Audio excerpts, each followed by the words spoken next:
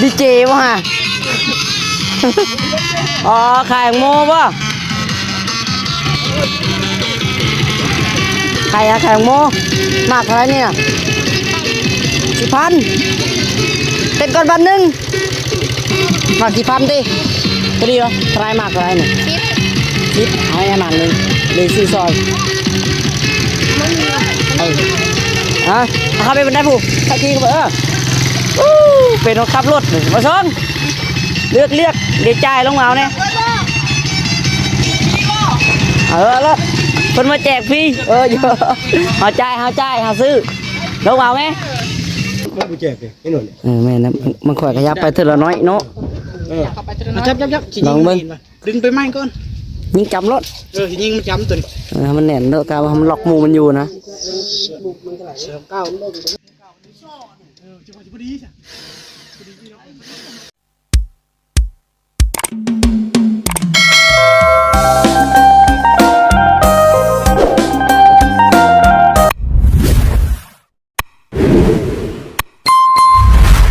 โอ้ไปบอกแม่แน่ว่า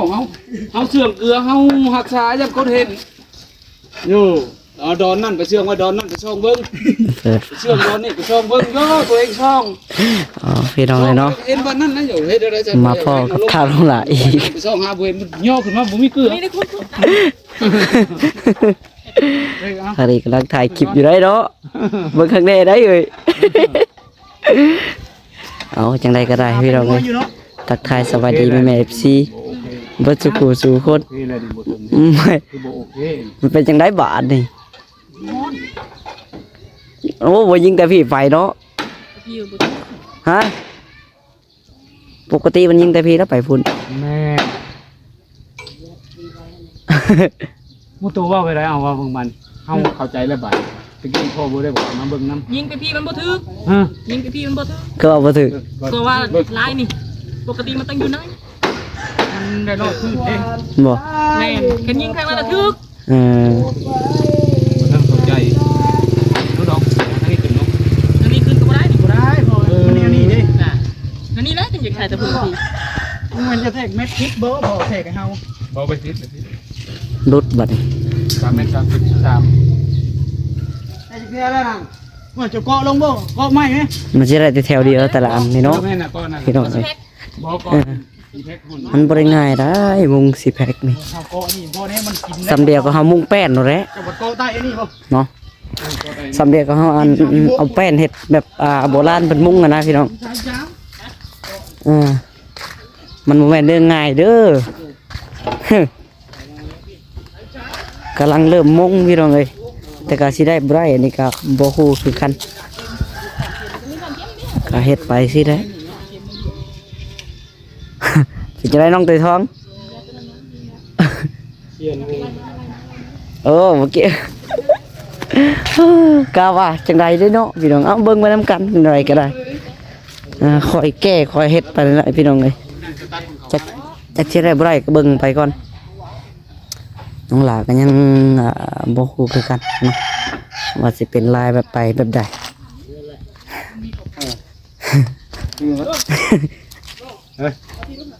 ยิงก่อนเยอะ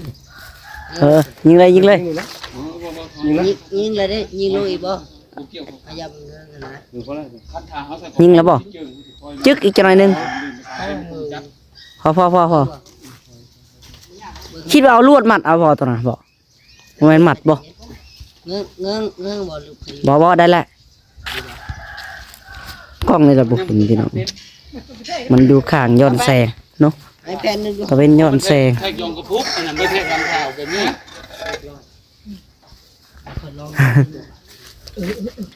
ข้างนี้ผัดลายเนาะบ่ถึงบ่แล้วแทกนี่บ่ถึงแทกหาแต่น้ำแทกพิษ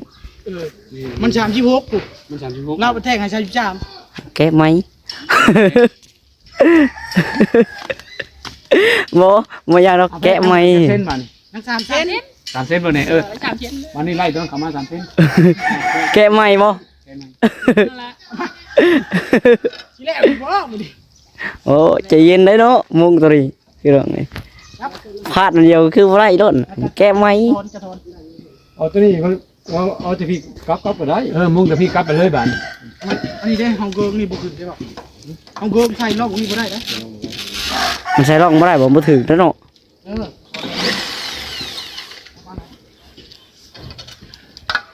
มันน่ะบุญไปบุญมาคือว่าแหละ มันถ้าเฮามุงพี่ไปมันสิสอดนี่บ่ได้ ข้างพุ่นละถึกเนาะมึงถึกอยู่ข้างไปบ่ถึกมันน่ะบุญไปบุญมาอีก ใส่ขอบขางมุ่งใส่ที่ขอบขาง บ่มีนะ บ่มีบ่ จังว่าบ่มี สิแพง นี่นะ เพราะปกติวัดเฮ็ดอันนี้เนาะไปประหลอกประลมมีขอบขาดแน่นอนตลอด มันต้องได้ถูก แปะแกะอะไรนี่ เจ้าหน้าซื้อ เอาเบิ่งเอารัดชนนาเฮากันต้องเอามุงอ่ะพี่น้อง ตรงที่ที่หน้าที่หลังลมเลยมันอะไร รัดชนนาเอง เรียกมันล่าแล้วล่ารู้ว่าจะถึง กาแฟกระเบาถ้วยเพิ่นหาก็ได้แถวหนึงกระสอบแผ่น ไข่เทียวเอามือกำลังโอ้ย เอาไว้ทางนี้มีการติดพลาดทางนี้แก้ออก เกือบสิดีแล้วนะ แทกใหม่เด้อแทกแล้วมิกเพิ่นแต้มเมียนเอากระบะเอาเท่าไหร ใจมุ่งหมดถึงกูถือไล่มันหนึ่งเดือนนี่ล่ามันติดล่าบ่ทำมันติดไล่มันเลยมันจะได้เลยติดไล่มัน มันคือเอาต้องมุงจะขึ้นไปบ่ ธรรมดามันต้องดูไปนี่ เออ ไม่บอก บ่ได้ธรรมดาแล้วจะใส่ยิงบ่ถึงเลย เออนี่คือแล้วเขายึดฝั่งใส่ จะยิงล็อกในลุมบ่ ยิง ยิงนอนยิงนุ่มยิง จะใช่มันบ่ถึงบ่ถึงแล้ว ลองปีนดูตลอดลองปีนไปฝั่งบนน่ะมันจะเป็นอะไร มันปีนมันบ่ถือเรื่องมันเลย น่ะมันบ่ถึงแล้วเนาะ มันบ่ถือ เออ มันหาวเลย รถมันอยู่ข้างพุ่นเนาะบาด นี่ยิงลูกยิงเทิงก็ต้องยิงแบบนี้ บ่แม่นมันมีอันนี้บ่ว่ามันมีสลับแม่นมีสลับกันเนาะ แม่นมีแผ่นไว้แผ่นนั้นมาจักเนาะบ่แม่นบ่ กันเบิดเลยกันเบิด แป๊บเดียวบ่ได้เนาะ เอาสิยิงนี่ได้คันยิงนี่อีกบ่อนเขาให้ยิง แม่น เออ เอาใจไปนี่เขาก็ต้องยิงลุ่มเวลาเขาต้องยิงแบบนั้นเขาไม่ยิงแบบนั้นก็บ่ได้ก็บ่ถึงเรื่องมัน ยิงลุมละครั้งเทิงแล้วก็ ตัวไม่มาติงเอง เออคราวนี้มันแม่นได้ยิงลุมบ่ได้บ่ตลอด มันต้องเอาแบบนี้ มันต้องเอาแบบนี้บ่เอาแบบนี้บ่ได้มันคือบ่งามแบบนี้ก็แบบนี้เอายิงเท่านี้ เจ้าว่าลองเราบรรยายแปะเบิ่งบ่ทรงข้างเทิงให้เราเบิ่งลองแปะเบิ่งข้างเทิงให้เราเบิ่ง คือจะไปหาสิไปให้เบิ่ง เออลองแปะเบิ่ง คือเจ้าเฮ็ดบ่เบิ่งบ่ มันบ่ได้คือเก่ามันบ่ได้คือเก่าได้หันยิงตัวนั้นอีกบัดหันยิงตัวนั้นก็บ่ได้อีกบัดเออ บ่ได้พอสิมาเบิ่งมากับมึงสิกับมึงได้ได อันนี้ อ้าวคือน้า มั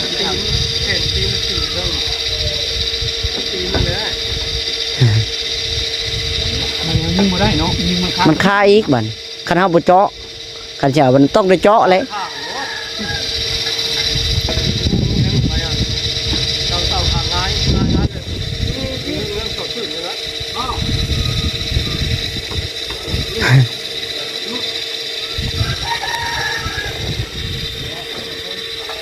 แล้ว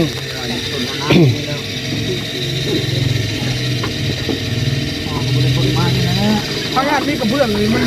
ถูกเอามาไปถึงเทวมันจริงๆนี่รอดได้เรื่องโคตร จักบ่ เขาใหญ่เฮามาให้เฮามุ่งวันนี้ บ่ได้มีดอกบ่ทรงบ่มีดอกบ่มี โอ้ย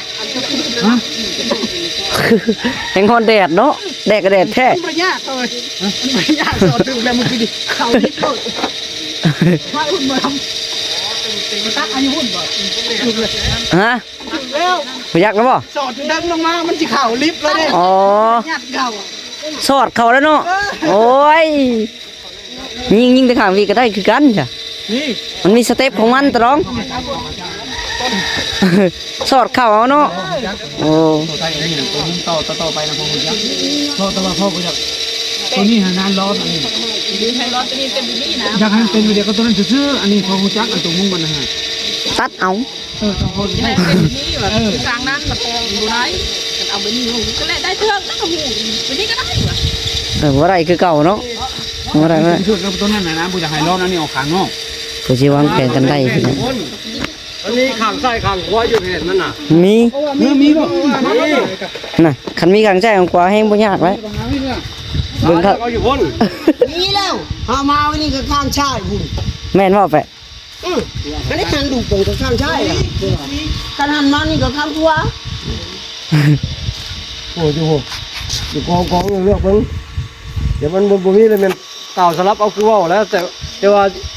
ก็ให้เอามันมีปัญหาอยู่ว่ามันไล่มัน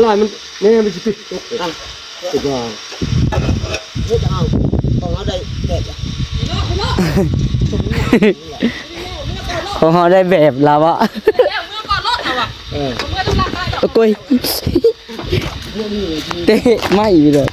มาแต่แน่เบิ่งถวย เดี๋ยวเมื่อก่อนรถเมื่อต้องรักได้ด้วย พอเลยเหรอพอเลยเหรอ มันก็บ่ได้แต่ว่าขึ้นมาตันเทิงแล้วก็ได้ นี่เง อันนี้ก็ก็ได้ ลงนี่ อันนี้ แม่นนี่ ใช่คือการแมนเบิร์ด มันบ่อยู่แบบนี้ ไปเลย มันบ่เป็นแบบนี้มันไปคนละข้าง แบบมันเป็นลายไปลายมันนะเบิ่งร้อนมันสังเกตเบิ่งร้อนมัน ครับนี่มันชนกันนี่มันชนกันนี่ มันอยู่คนละข้างเลย มันอยู่คนละข้างอันพิม เขา พ์นี่ เขาไปบัด เขาที่ได้ยิงใส่ตะหูนี่ตะหูนี่เด้แม่ฮะไปแท้ที่สุดเลยมันก็ตั้งมาจะพุ่นมาตั้งคืนนี้มันจะสนับชาติสนับขวดนะครับตามเขาเบิ่งบ่เคยมุ่งของแต่ว่าสนับคืนมันที่สนับอันนี้ครับจังหวะนี่ น่ะมันก็เรื่องแล้ว ว่าพี่มันจะ สลับบ่ได้ ให้มันคืนมันมาจะพูดมันก็ถือการลำลัง มันคือกระเบื้อง บ่ได้สลับบ่ได้ บ่ได้นี่ สลับมันก็เงื่องเป็นหูกระปึ่งกันเลยสาธิตกันเนาะสาธิตบังเลิศเนาะ เฮายังบ่เคยงงยังว่าอยู่เฮาคิดว่ามันต้องคือกันนะคันซั่นเฮาก็ไปเบิ่งแล้วมื้อเช้านี่ท่านผู้เจ้าเป็นนี่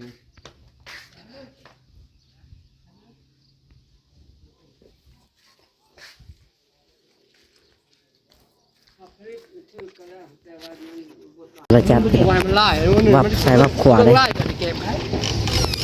ผมหมายเรื่องไล่ได้มึงแค่ไล่แรงมันแน่ตามแรงสิไปตกสิยุงอ่ะ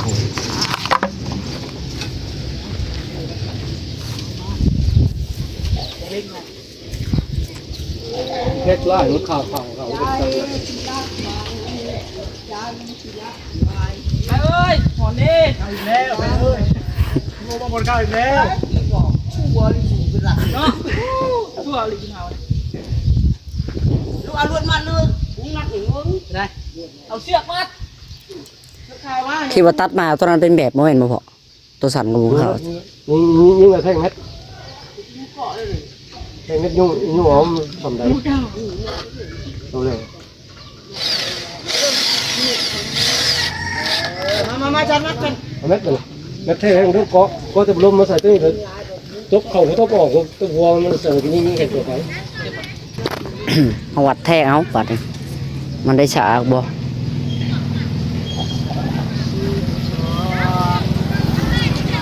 ลุมทำบ่ได้แล้วเนาะ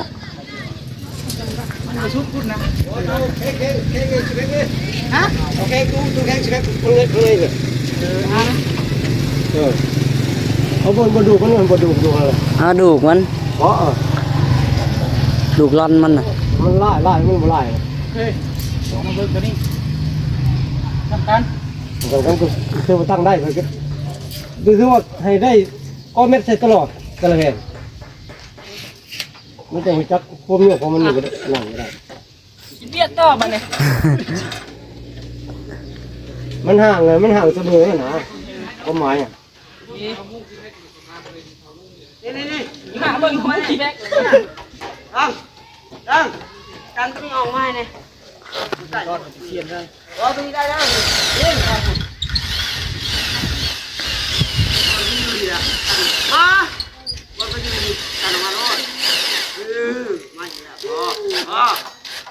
ทำมันยากก็อีกนี่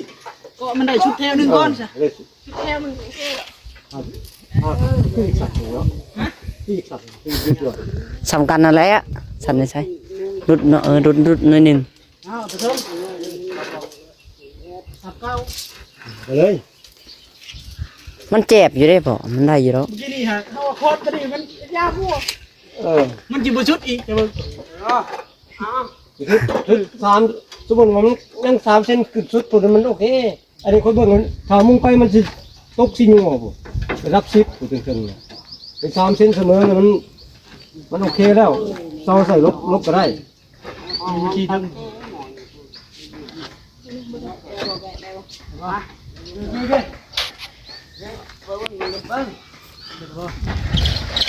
แต่นี่มันไล่ได้มึงนี่เอามึงขึ้นไปพี่ตุ๊กตายสิโยนเบิ่งไล่จังไงเก ว่า มันต้องได้เห็นวัตถุคนก่อน เอาผู้สูตรด้วย เรามือสุดปกติมันก็เจ็บอยู่ได้หรอ นี่มันถึงพัดลม2 ครั้งแรกในชีวิตน้องเอ้ย แล้ว ครั้งแรกมันก็เป็นแบบนี้แหละ พี่น้องเอ้ยแล้วเนาะ ครั้งแรกในชีวิตเด้ พี่น้องเอ้ยพี่น้องเอ้ย ยามคันได้ตายกันเป็นรอดขึ้นสิได้ ได้บ่ หน่อยนึง นี่เรื่องนี้ตบมันได้กัน ตัวเกาะบ่ดำนะเกาะบ่เขาเกาะบ่ได้ขันเกาะก็ได้ ตบมันเริ่มไล่แล้ว ทาง ตัวได้ยาวกว่า ทางนี้สั้นทางนี้ยาว อันนี้ยาวตบขึ้นมาพี่นี่มันบ่เจ็บเลยไอ้หนุ่น แม่นะมันค่อยขยับไปเท่าละน้อยเนาะ เข้าไปเจอ จับดึงไปไม้ก่อน ยิงจำรถ ยิงมันจำตัว มันแน่นเนาะกาวมันล็อกหมูมันอยู่นะ เสือเก้า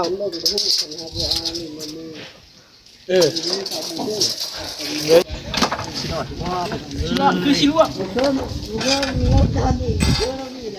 บ่เคยก็สิเคยมื้อนี้แหละ บ่เคยก็สิเคยตอนนี้แหละ พิษกระลายเส้นตัวแล้ว ไปในชุดนี้เด้ เจ้าเนี่ยจะได้เที่ยงกันตัดมัดทำไมเอาตัดได้แต่ว่าเขาใส่ลบเลย อาจจะพูดเอาให้ตำตะพี่กัน ชอบเชียนมาแล้วผูกเชียนมันผูกชอบคนนะ โอ้ยเนาะ ชอบเชียนไง เอาแฟกไอ้หนุ่มถ้วยไหนเหยียบเอาเนาะว่าจะเพิ่นเขาดำ2แผ่น3แผ่นได้ข้างน่ะ ไล่พูดไล่พี่เก่าในช่อจังหวะจะพอดีจ้ะพอดีพี่น้อง สองหนุ่มเซียนเพิ่นบ่ธรรมดาไอ้สองหนุ่มเซียนเพิ่น เอาผูกเชียนได้เอา ชิโร่หรือไปชิโร่ เอาเลยจับแมทใช่ได้ ปลาแล้วมันก็ได้ปักปลาได้ก็ได้หรอวะ ก็ไม่ได้ตัวแล้วไม่ได้ไอ้เจนก็นี่มันลุกไปเลย จับแมท เบิ่งข้างนั้นบ่เห็นปานใดพี่น้องกล้องก็ได้ทางเขาน้องตัวท้องน่ะ สงสัยมันอยากมาเบิ่งเท้าพี่น้อง มันจะเบิ่งทางพี่ได้มันมืดเด้อห่างย้อนแสงกล้องบ่รอดได้มืดคืออยู่ อันเด็กกูจะเบิ่ง มุงไว้ชื่อเนาะ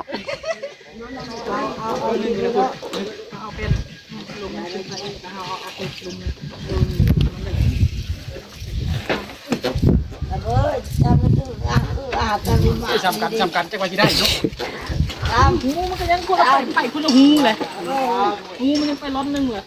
ต่างกันเนาะฮะง่ายเลยได้แก้ใหม่ง่ายได้แก้ตัวนึงง่ายแก้ตัวนึง จะได้แก้อีกนี่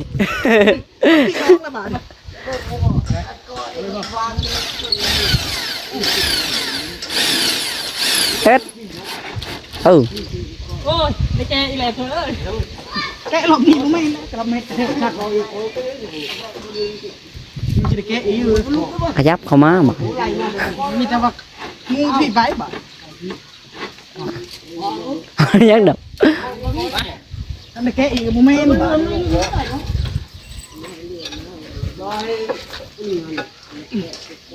เวียก ทำไมแกะบ้านนี้มันหายเสี้ยนแปะเอิ้นนี่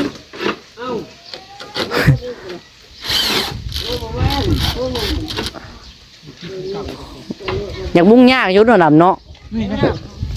ล่อน เคยเลย ล่องในน่ะล่องตัวนี้ก็พอไหวอยู่ล่องเข้าไปอีกปุ๊เข้าไปซัดลุมปุ๊จักสิรอดเข้าบ่ได้น่ะ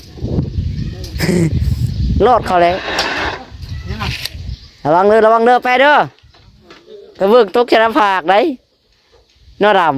ำตกชนะผากจะคล้องได้ได้ธาตุเลยจะได้บ่ ครั้งแรกพี่น้องเอ้ยบ่เคย บอกเลยจะเกลือตำกีตำก่อรีรอ ครั้งแรกเลยเนี่ยครั้งแรกในชี คื วิ อ ต กัน อันนี้ก็ว่าไปเห็นงานหลายบ่อนอยู่บ่เคยมุ่งไปนี่เนาะดำ กับจุพ่อนี่ละ ท่านสั่งตะกี้นะแม่ ต้องเบิ่งมาเป็นบทเรียนแล้วตัวนี้นะต้องเบิ่งเป็นบทเรียนตัวเองแล้วตัวนี้ เลยแล้ววันนี้มาจับก็ได้คุดเอาขึ้นมาเลยไอ้บัวไรก็หู เอ็ดเอ้าบานี่รุ่นเอ็ดมันมากเอ็ด ขั้นที่ท้ายแล้ว มากแล้วป้า เอ็ด ป้าปั๊บเรียบร้อยได้มากอะไร บ่เป้เลยบาทนี่ ป้าได้มาก ได้เลยได้นานได้เลยตรองเลย ได้โอเคบัด โอ้ย ได้มาก เกือบไปเอ้ย ได้มาก เรามันไปตัวนี้มันไปต่ำมันสูงชูเดี๋ยวห้องเลยเต้เขาน่ะเดี๋ยวห้องเป็นห้องมุ้งเต้นั่นแหละห้องมันสุดอยู่เสมอกันเลย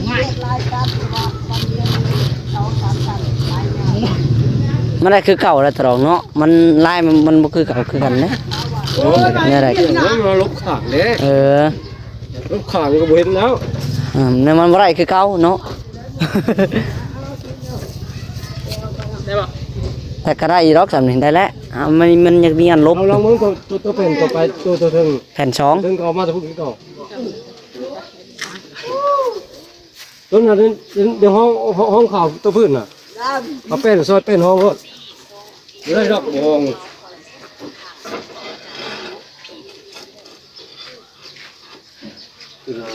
บ้านนั่นเลย ตัวนี้หนังที่ ลองมุ่งไปบุกสุดแท้นี่หูจัก ข่าวนี่มันจีง่อยทั้งนี้อันสูงกว่ามูแล้วก็ไต่ขึ้นแล้วก็อะไรระดับมัน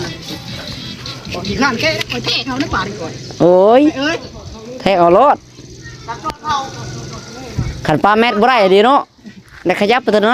รถเอาไปมาไก่บ่ไก่กันไล่ลุด เขาหลุดไปทางโมปาร์ตี้เนอะ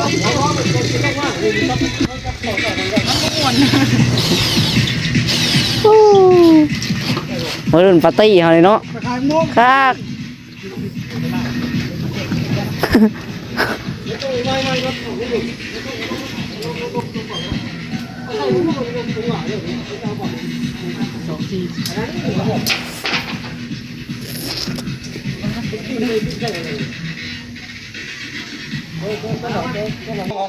เป็นอะไรทางนี้แปะ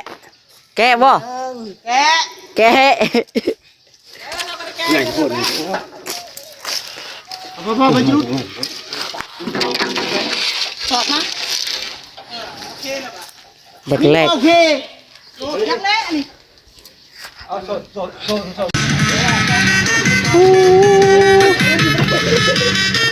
ดีเจบ่ฮะ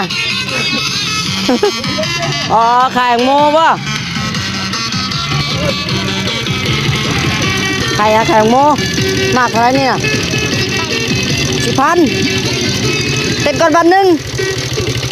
มาก10,000ดิก็ดีเหรอทายมากเท่าไหรเนี่ย10เอาให้มากหนึ่งเลยซื้อซอยเอาเข้าไปบนได้ผู้ขับขี่เข้าไปเป็นรถขับรถมาชนเรียกเดี๋ยวจ่ายลงมาเอาเนี่ยแล้วคนมาแจกฟรีเยอะเอาจ่ายเอาซื้อลงมาไหมมาพี่ดำเอามามันอยากโอ้ยให้อยากให้กินก็ยากเนาะลงมาพี่ กินมันงัวได้ได้หมูงัวบ่ พี่กันเนาะบอย น้อย บอยพี่กันเอาไม่ทำ ตัวนี้บ่วะ ถามเพิ่นมากเท่าไรผู้จัก เอา เลย ได้นี่นะ มักชิเบิดโอ้ปกขาน้อยนี่ มาคีเบิร์ดเลยแต่มักเช้าได้ เอาละมักชิ เอาตัวนี้ละ อาจารย์มากวะ เลือกยังกระโดด ตัวนี้ก็ซิปเอาซอยน้องเป็น20,000 ขอบใจบาทเลย เอาไว้ เมื่อก็เอาไปเอาไป เดี๋ยวพี่น้องเอาเงินจ่ายเพิ่นก่อนได้จับกล้องดูโอ้มือ นี่จับตะข่ายนี่เออคือบังกล้องเลยเอาแหละฉันบอกข้าวันเล่นเลยมาเอาแม่มาเอาเงินนี่เด็ดเฮ้ยผมมีเงินจ่ายจักบอกไง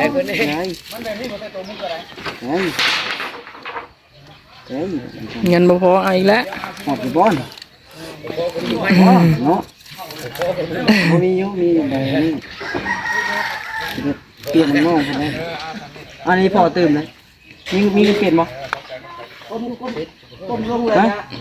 นี่ หอดอีก อันนี้พอแล้วเปลี่ยนนะ2,000นี่พ่อเงินแม่เอานะ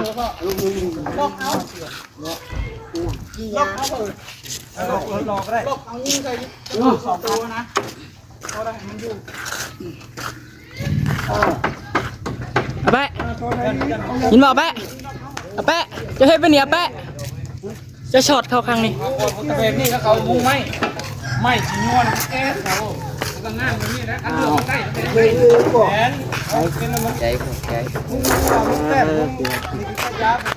ราคาน้อยเนาะโอ้ขายโมเปิดปาร์ตี้อีกเอาใส่เป็น2 หมากพี่น้องเลยให้น้องเป็นไว้กินแรงหลังเฮ็ดเวียกเฮ็ดงานเนาะ ถามเขาคุยมุ้งมาเขาก็ว่าคือกันมันเกี่ยวกับสิ่งว่ามันต้องข้างหน้านี่มันสูงเอาพัดลมเขาไปเรื่อยพัดลมเขามันใหญ่เขาเห็ดสูงเนินนึงให้มันดักเลยค่ะในเพจนี้มันดักล่วงนะมันดักถึงกับใส่วิเกียบเลยแหละเด็กของห้องเลย มึงไปเดียวมึงแป้นนั่นเราบอกใส่ห้องเอาเดี๋ยวก็แจ๊บระบาดนี่ขันในห้องเอางามแล้ว แกเบิดเอาแปะจิเพิ่น3 ชั้นแกเบิด เฮ็ดจะเฮ็ดมาเฮ็ดกระทัก มันบ่แตกบ่หอซีดีวะ อันนี้น่าเพิ่มหน่อย นี่จากล็อกไม้ พี่น้องเลยเราขายของโมเหลือน้อย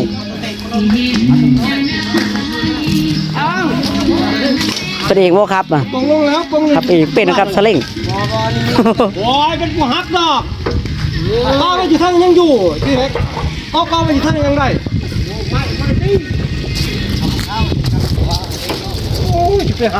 ไปสามพี่น้องเลยโอเคสำหรับคลิปนี้ก็ได้เนาะสิขอตัวไปก่อนพี่น้องจะได้กันอยู่ดีมีแห้งประสุขสุขคนพี่น้องเอ้ยเอาบ๊ายบาย